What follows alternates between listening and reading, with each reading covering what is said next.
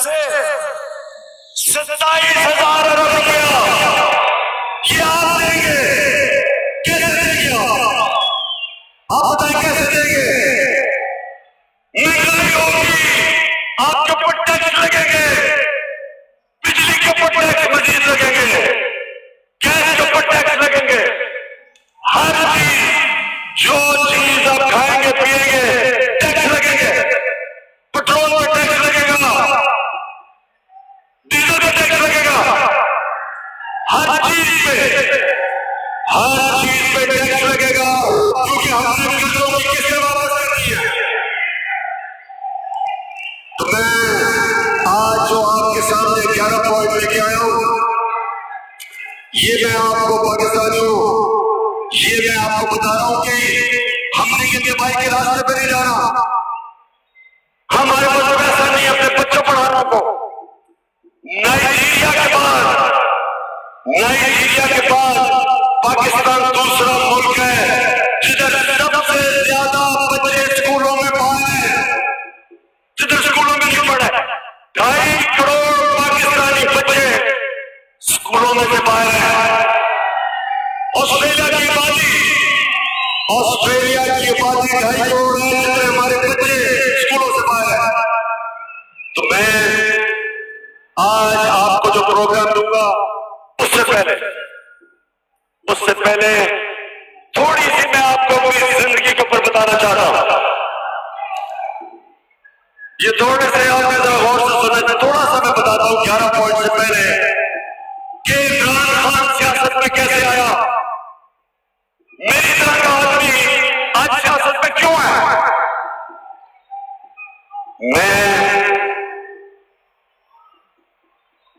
मैं एक क्रिकेटर था, मैंने पढ़ा, यूनिवर्सिटी पढ़ी, उसके बाद मैंने क्रिकेट खेली और मैं 10 साल तक क्रिकेट खेलता रहा और क्रिकेट खेलते खेलते मैं दुनिया का बेस्ट ऑलराउंडर बन गया। मैं कोई सियासत में मेरा इंटरेस्ट नहीं था, कोई सियासत में मेरा शौक नहीं था, ना सियासत का मुझे पता था। मैं आपका ये और से सुनना है, क्योंकि मैं आपको आज एजुकेट करना चाहता हूं, मैं आज आपको समझाना चाहता हूं। ये शायद ऐसा मौका ना मिले कि मैं कैसे सियासत में आया। मुझे कोई, क्योंकि मैं एक क्रिकेटर था, दुनिया में गर्मियों में इंग्लैंड में खेलता था, सर्दियों में पाकिस्तान टीम के साथ दुनिया फिरता था, मुझे कोई शौक नहीं था सियासत का। मैं जब अपने रूज में था, मेरी वालदा को कैंसर हो गई। मेरी वालदा वो थी जो सबसे ज्यादा मेरे से प्यार करती थी। 4 बहनों का मैं अकेला भाई था। मैं अपनी वालदा का लाडला था।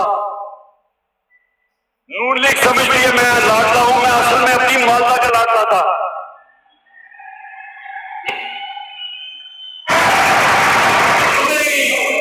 वालदा को जब कैंसर हुई, मेरी जिंदगी बदल गई।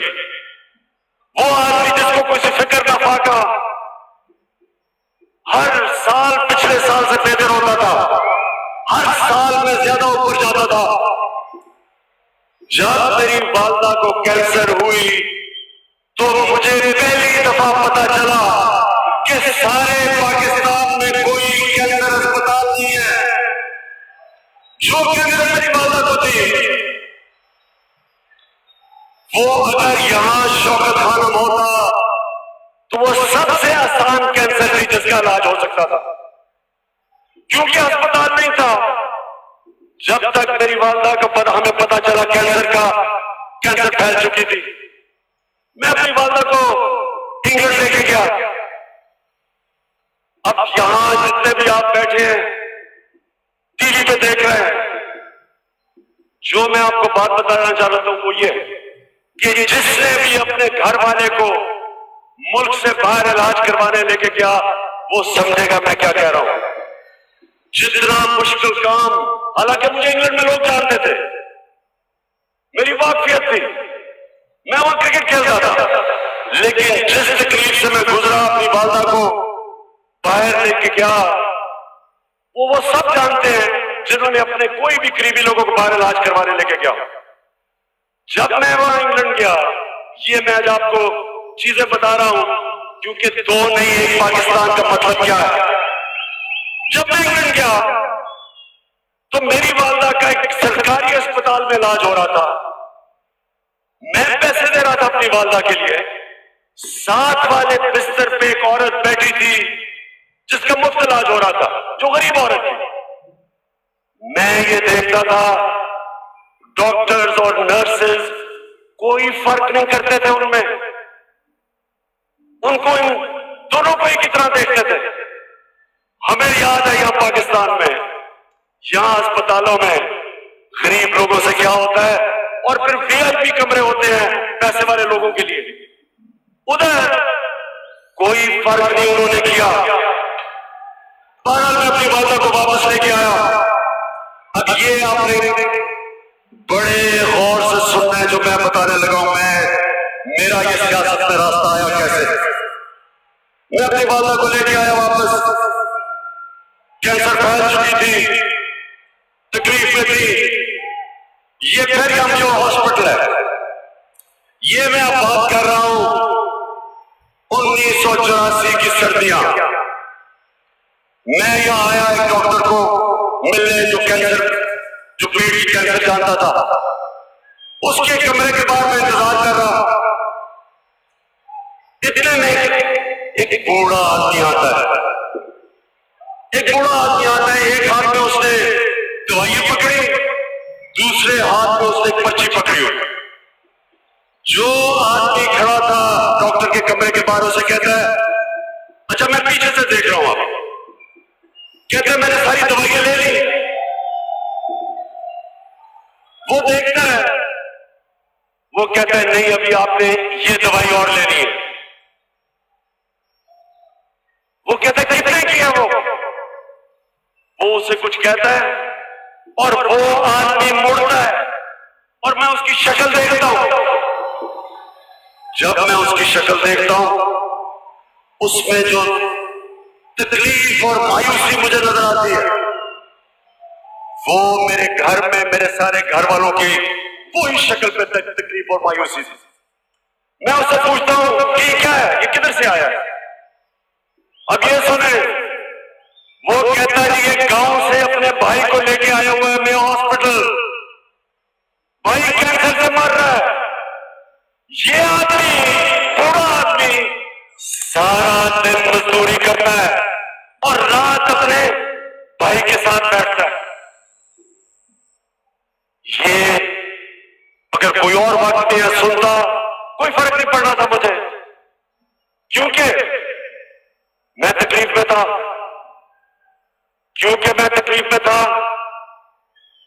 उस चीज ने मुझे उस दिन फैसला करवाया। उस दिन मैंने फैसला किया कि मैं पाकिस्तान में कैंसर हॉस्पिटल बनाऊंगा जिसमें पैसे वाले लोगों को बाहर ना जाना पड़े और जिसमें गरीब आदमी जब कैंसर की तकलीफ में आए तो दवाइयों के लिए पैसे के लिए मजदूरी ना करनी पड़े। इधर सामने इनका सबको का बैठे, इन सबको का बैठो, बैठो नीचे प्लीज। आपने उधर जो गार्ड थे किसी को यहां खड़े ना होने दे, बैठे। अब सुने, ये था 1985 जब मेरी वालदा फौत हो गई। मैंने फैसला किया मैं हॉस्पिटल बनाऊंगा। वो एक बड़ी लंबी कहानी है, जिधर मैं जाऊं लोग के जी बन ही नहीं सकता कैंसर हॉस्पिटल। कहते जी गवर्नमेंट ने बनाने की कोशिश की, नहीं बन सकता। मैंने लाहौर के अंदर मैंने क्रिकेट छोड़ी, 87 में मैंने पूरी कोशिश की हॉस्पिटल बनाने के लिए। जिधर जाऊं जिससे पूछूं कहता जी बन ही नहीं सकता। मैंने लाहौर में सेमिनार 20 डॉक्टरों को बुलाया, 20 डॉक्टर वहां बैठे हुए हैं। और अभी भी मैं आपको बताऊं हमारे बोर्ड मेंबर्स थे रजाक दाऊद, डॉक्टर परवेज हसन, शौकत तरीन हम बैठे, 30 डॉक्टर्स में से 19 डॉक्टर्स ने कहा कि पाकिस्तान में कैंसर हॉस्पिटल नहीं बन सकता। एक ने कहा कि बन सकता है, लेकिन आप गरीबों का इलाज मुफ्त में कर सकते हैं। बहरहाल मैं कोशिश करता रहा, भाग दौड़ करता रहा, जिधर दुनिया में पाकिस्तानी थे वहां पहुंच जाता था, पैसे इकट्ठे करता था। अब आगे चले जाए, अब मैं आपको दूसरा वाक्य सुनाने लगा हूं कि आज मैं पॉलिटिक्स में क्यों आया। हमने आप हॉस्पिटल खोलने के लिए पैसा इकट्ठा करना था। आप में स्टेमिना है? पहले मुझे बताओ, सुनने के लिए स्टेमिना है? थक तो नहीं गए? अच्छा सुना। अब जी मैं पाकिस्तान में पैसे इकट्ठे कर रहा हूं, सारी कोई दुनिया में मैंने मुल्क नहीं छोड़ा, जिधर पाकिस्तानी थे मैं वहां पहुंच जाता था। और लोग तंग आ गए, जो पैसे वाले लोग थे वो मेरी शक्ल ही देखना चाहते थे कि पैसे मांगने आ गया। तो मैं पढ़ता था इंजीनियरिंग कॉलेज में, मेरे दोस्त हैं, मैंने समझा पैसे वाले लोगों से मैं पैसे मांगूंगा वो मुझे दे देंगे। मैंने तब एक बहुत बड़ी चीज सीखी कि आदमी कितना सही है, कितना बड़े दिल का है। उसका कोई कनेक्शन नहीं है कि बैंक में उसके पास कितने पैसे।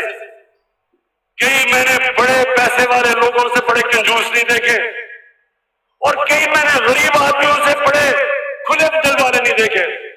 तो ये बड़ा मेरा सफर 85 से शुरू हुआ। अब ये 9 साल मैं कोशिश कर रहा हूं, 9 साल।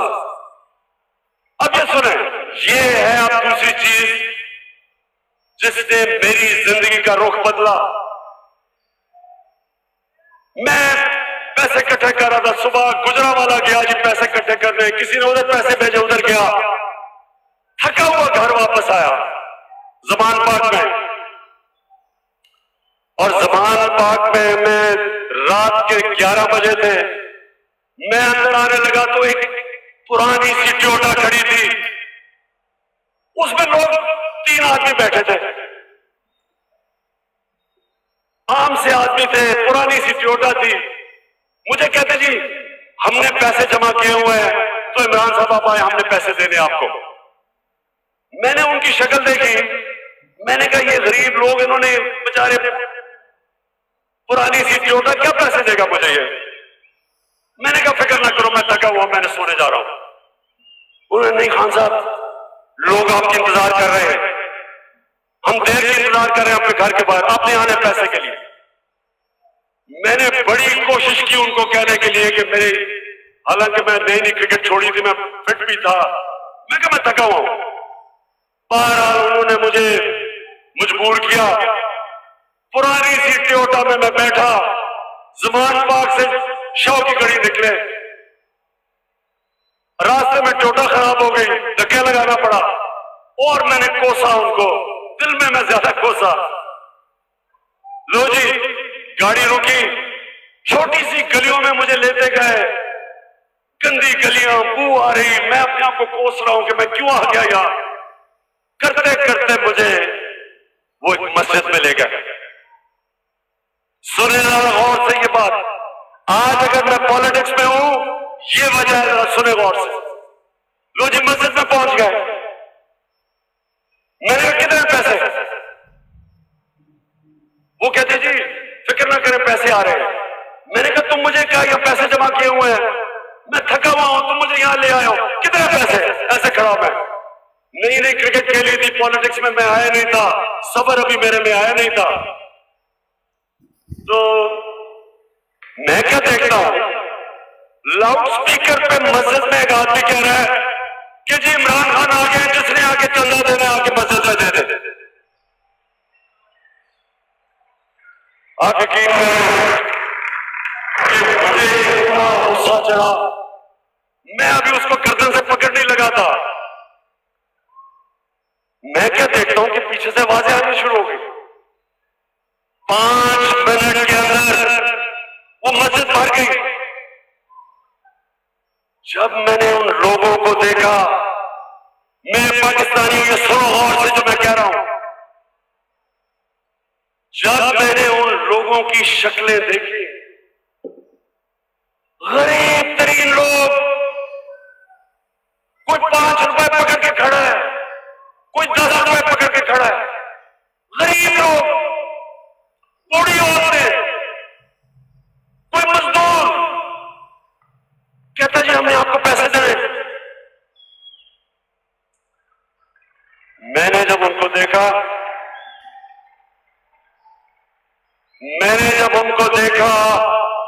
मुझे इतनी शर्म आई अपने आप से, मुझे शर्म आई।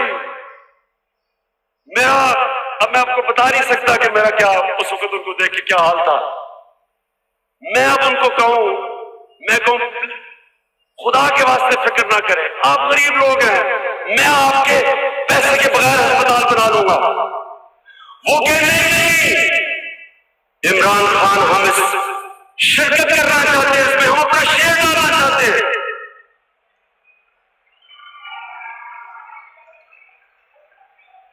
और फिर वहां कोई औरत मुझे बता रही है कि मेरा बेटा कैंसर से मर गया, कोई पूछने वाला नहीं था। कोई कह के मेरी वालिदा मर गई कैंसर से।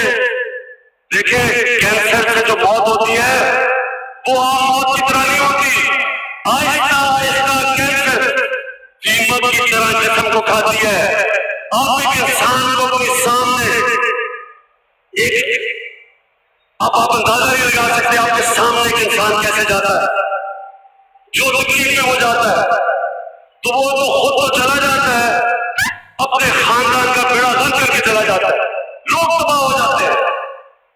सालों तक लोग नहीं बर्दाश्त करते जो तकलीफ देखते अपने माँ की, अपने बेटे की, बच्चों की, अपने बाप की, बहनों की। तो मुझे कहानियां सुना रहे कि मेरे से ये हो गया। वो दिन था कि मैंने फैसला किया कि ये है तो पाकिस्तान। एक तरफ मेरी तरह का आदमी जो अपनी वालिदा को बाहर ले जा सकता है, जिसको पैसे की फिक्र नहीं। दूसरी तरफ ये है पाकिस्तान दूसरा, ना इन बेचारों को रोजगार मिलता है, ना इनको जो पैसे मिलते हैं उससे खाना से ही खा सकते, ना हमारी रियासत इनको अस्पतालों में इलाज करवाती है, ना इनके बच्चों को स्कूलों में तालीम मिलती है कि ये माशरे में ऊपर आ जाए। और फिर भी ये पैसे देने के लिए तैयार है कि अस्पताल के लिए। ये कैसे लोग हैं? और दूसरी तरफ बेहद लोग हैं यहाँ, हुक्मरान चेकअप करवाने के लिए लंदन जा रहा है। शहबाज शरीफ 2 हफ्ते लंदन चेकअप करवाने गया, सारे शरीफ खानदान बाहर बैठा हुआ है। यहाँ इस मुल्क में सरकार में लोग छोटी सी चीज को बाहर चले जाते हैं इलाज करवाने। उन लोगों को क्या हो रहा है जो इस मुल्क के अंदर बेचारे लीक के मरते हैं? क्या ये था पाकिस्तान का मकसद? हमने मुल्क बनाया था कि पाकिस्तान का मतलब क्या? ला इलाहा इल्लल्लाह, एक वो मुल्क जिसमें रहम होना था, जिसमें इंसान को डिग्निटी देनी थी, जिसमें आम इंसान विजयी होना था, जो बड़ी रियासत होनी थी, जिसमें हमने अपने नौजवानों को रोजगार देना था, जिसमें हमने अस्पताल बनाने थे कि अगर गरीब आदमी उसके पास पैसा नहीं है तो वो अस्पताल उसका मुफ्त इलाज करे। वो पाकिस्तान जितने के गरीब आदमी पे तक परसों करता है तो रियासत पैसे दे वकील के मुफ्त हिसाब से। ये है आज यूरोप के अंदर, स्कैंडिनेविया में जाए, पूछे पाकिस्तानी जो वहां काम कर रहे हैं, यहां से पाकिस्तानी जो बाहर गए हुए हैं उनसे पूछे भलाई रियासत क्या होती है, कैसे इंसान को इज्जत देता है मुआशरा, कैसे दफ्तरों के अंदर इंसानों को धक्के नहीं दिए जाते, इंसान की डिग्निटी होती है। तब मैंने फैसला किया कि मैं इस मुल्क में सियासत में आऊंगा, तब मैंने फैसला किया कि मैं वो पाकिस्तान बनाऊंगा जिसके लिए हमारे कायदे-आज़म में 40 साल लगाए थे, क्या धंधे मार रहे थे, लेकिन उन्होंने डॉक्टर को नहीं पता चलने दिया कि कहीं पाकिस्तान का खौफ न चला जाए। और यहाँ ये छोटा सा माफिया, जो छोटा सा माफिया इनके बच्चे बाहर, इनका पैसा बाहर, इनके माला बाहर, इनके राम बाहर, इनके बच्चे बाहर करते हैं और इस मुल्क का पैसा चोरी करके बाहर माला लेते हैं और यहाँ इस मुल्क को उधर लेके जा रहे हैं जिधर आगे इस मुल्क की सलामती को खतरा है। जो मकरूज मुल्क होता है, मेरे पाकिस्तानी याद रख लो, वो आजादी को बैठा है, वो आजादी नहीं सकता, वो जो करने देता है वो आपसे वो करवाता है, आपकी आजादी लेता है, आपको हुक्म करता है, आपसे हर जो काम ज्यादा करवा सकता है, आपको गुलाम बना सकता है, पता किए बगैर आपको गुलाम बना सकता है। मैंने तब फैसला किया पॉलिटिक्स में आने का। मैंने 96 की पार्टी बनाई, 96 से लेके जद्दोजहद करता रहा। थोड़े से लोग मेरे साथ थे, आज नईमुल हक बैठा है, पहले दिन मेरे साथ था और मेरे साथ मैं आज खास तौर पर, क्योंकि मैं बड़ा खुश हूं जिस तरह आप पब्लिक आई है, मैं 2 लोगों को आज याद करना चाहता हूं। एक एहसन रशीद जो पहले दिन मेरे साथ थे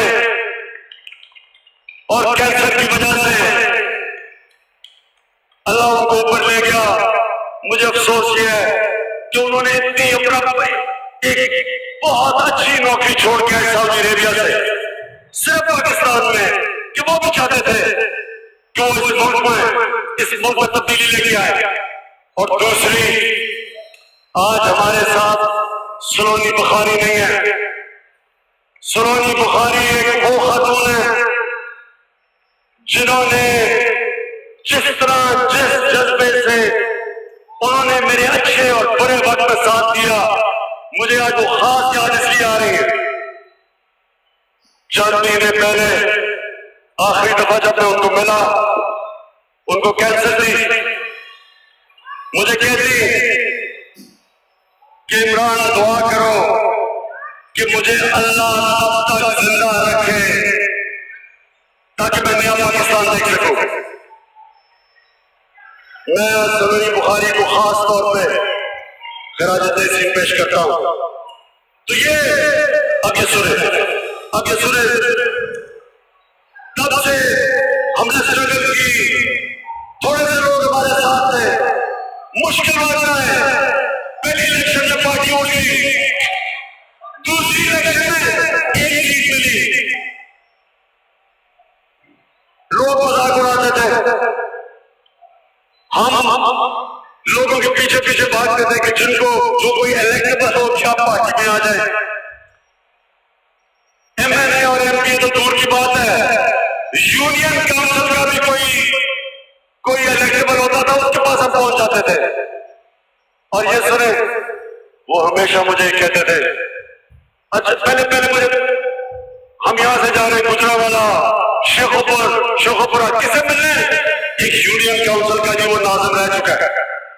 पहले वो मुझे आधे घंटे का लेक्चर देता था, इमरान खान आपको तो सियासत नहीं आती। उसके बाद वो मुझे कहता था, अच्छा हम मुशावरत करके बताएंगे।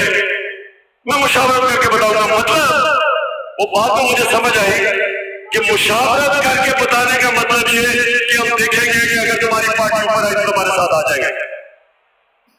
यहां भी लोग जिनको मैंने दावत दी, एक दिन मैं शाह महमूद कुरैशी को मिला और शाह महमूद कुरैशी, मैंने कहा शाह साहब आप इंग्लिश के पढ़े हुए हैं, आपको तहरीक इंसाफ में आना चाहिए, आप पढ़े लिखे, आप ईमानदार हैं।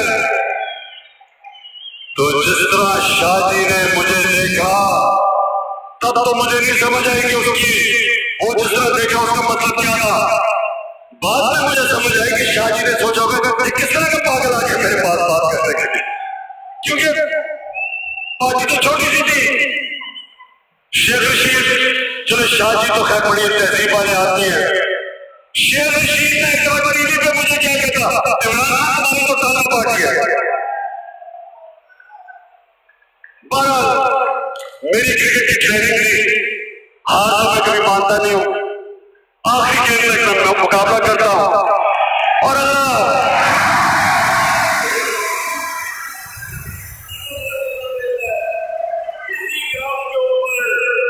जो ताना पार्टी थी, अल्लाह का करम है,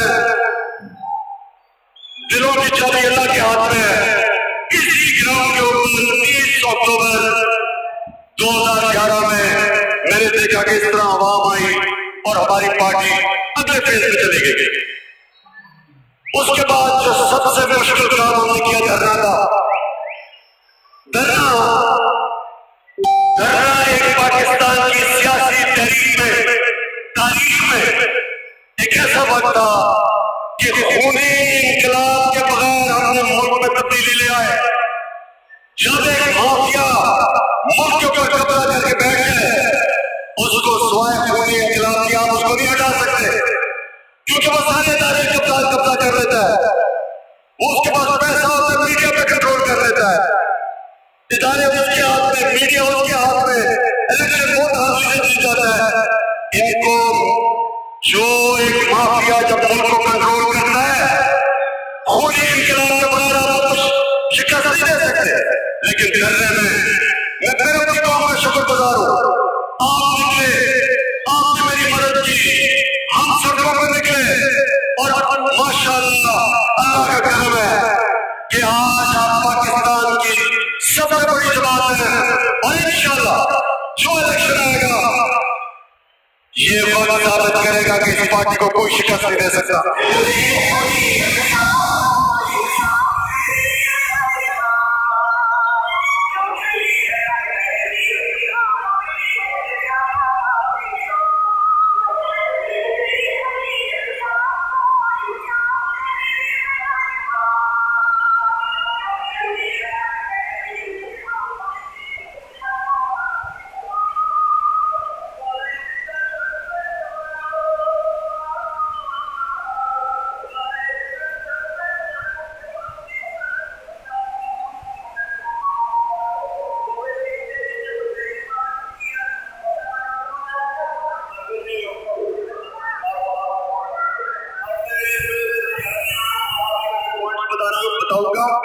उससे पहले सिर्फ एक चीज अब आपको कहना चाहता हूं।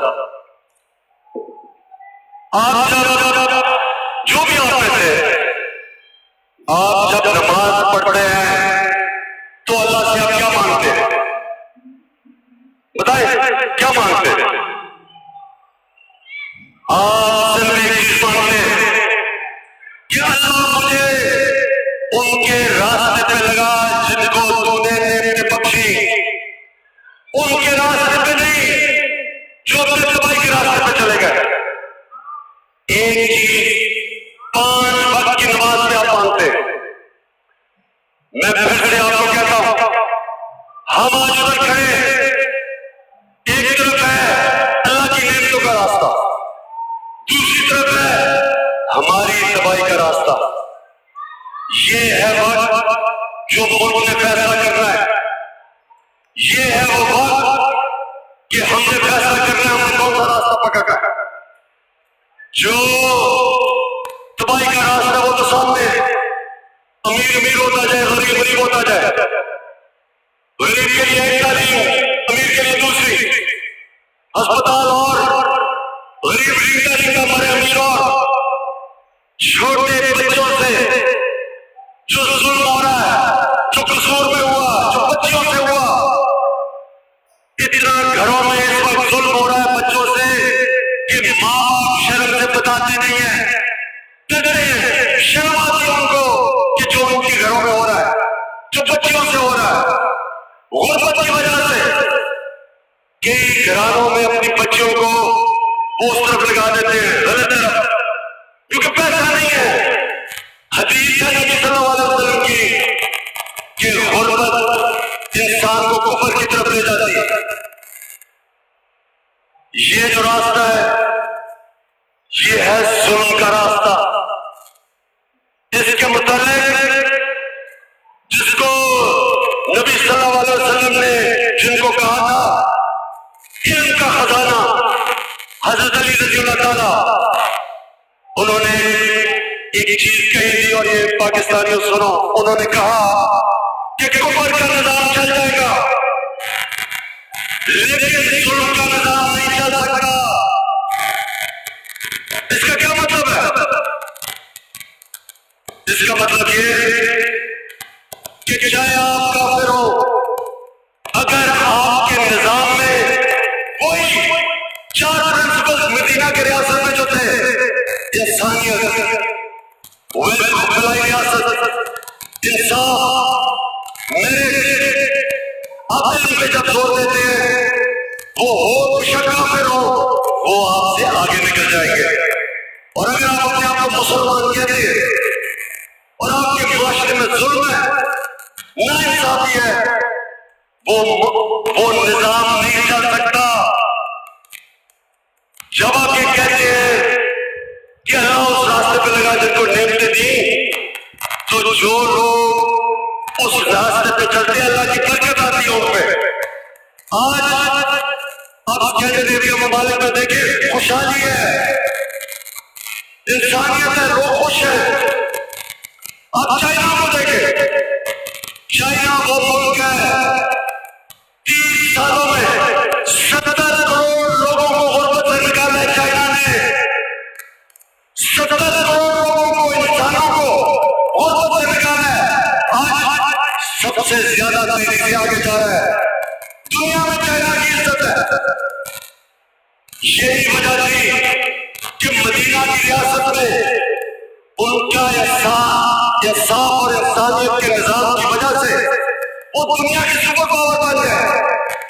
तो पाकिस्तानियों, हमारे पास अब 2 रास्ते हैं। एक है, अगर हम अपने ये जो मेरे 11 पॉइंट है, ये सारे वो पॉइंट है जो इसको एक पाकिस्तान बनाएगा, जो इसमें निश्चित तबके को ऊपर उठाएगा, जो इसमें सारी पॉलिसी बनाएगा गुर्बत कम करने की, जो 10 करोड़ पाकिस्तानियों को गुर्बत से निकालेगा, जो एक हिसाब का निजाम लेके आएगा, जो निजाम लेके आएगा जिस तरह मदीना की रियासत में 2 खलीफा अदालत में पेश होते हैं।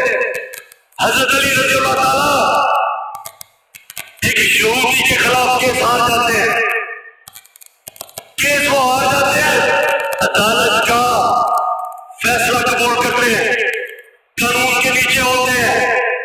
हजरत उमर को एक आम आदमी खड़ा होकर कहता है, क्या उमर बता किधर से तेरे पास पैसा आया कपड़े खरीदने का? जो मदीना के रियासत में जो खलीफा थे वो कानून के नीचे थे, वो जवाब देते लोगों को, वो इसलिए दुनिया में ऊपर आए कि वहां इंसाफ और इंसानियत थी। तो मैं जो आज आपके सामने 11 पॉइंट रखूंगा, मैं आपको यकीन दिलाता हूं पाकिस्तानियों, ये मैं आपको यकीन दिलाता हूं कि ये